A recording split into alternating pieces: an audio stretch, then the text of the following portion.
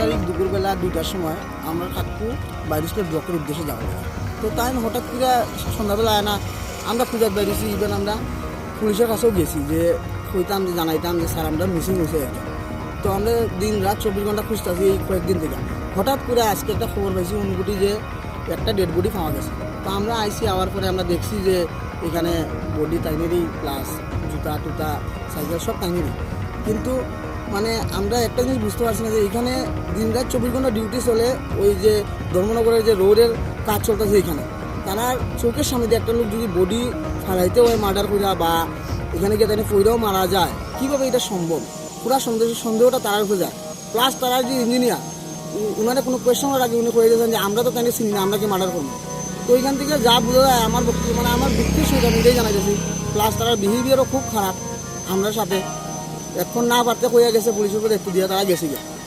এখন দেখা যাক, আমরা প্রশাসনের কাছে বিনম্র নিবেদন যে এটা একটা সঠিক আমরা যাতে ইয়েটা পাই। তো আপনারা কি থানাতে অভিযোগ জানাবেন? হ্যাঁ, আমরা থানাতে অভিযোগ জানাইব এবং আমাদের স্যারের সাথে কথা হয়েছে সেকেন্ড অফিসার উনি যে পোস্টমর্টম করা হোক।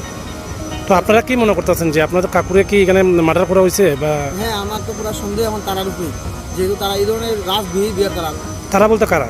এই তো যারা ইঞ্জিনিয়ার আসতো তারা আবার 3-4 জন আইসে আইয়া এখন তারা চুরির কথাও কইতাছে। আমরা এমন লাগছে যে আমরা চুরি করতেছি এখানে। এরা কিসের ইঞ্জিনিয়ার?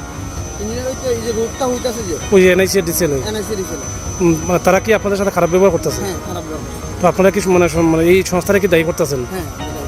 তো আপনাকে লিখিত অভিযোগ দিবেন থানাতে? হ্যাঁ, লিখিত অভিযোগ। আপনাদের বাড়ি কোন জায়গায়? বাড়ি হালাইতা।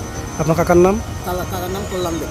তো উনি কবে থেকে নিখোঁজ আসলো? উনি 17 তারিখ দুপুরবেলা 2টা থেকে।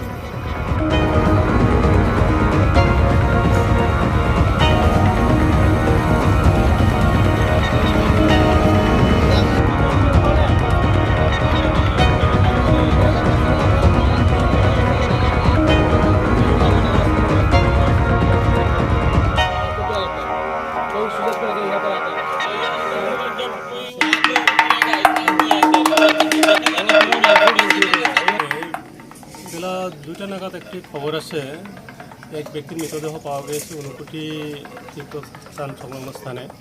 তারপর যথারীতি আমরা এখানে আসি এবং মৃতদেহ দেখি এবং পরবর্তী সময়ে গত 17 তারিখ থেকে আমাদের এখানে একটা মিছিল ছিল, তাদের আত্মীয় পরিজনকেও খবর দেয়। খবর দেওয়ার পরে তারা আসেন এবং মৃতদেহ শনাক্ত করেন যে এটাই কল্যাণ দেবেরই মৃতদেহ।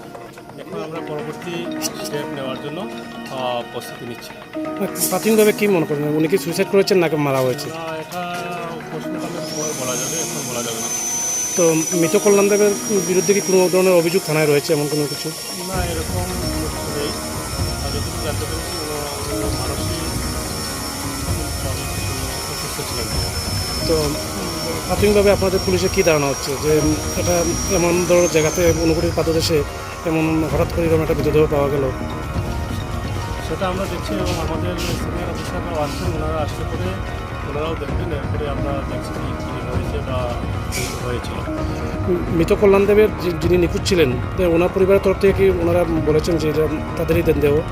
হ্যাঁ, তা বলেছেন।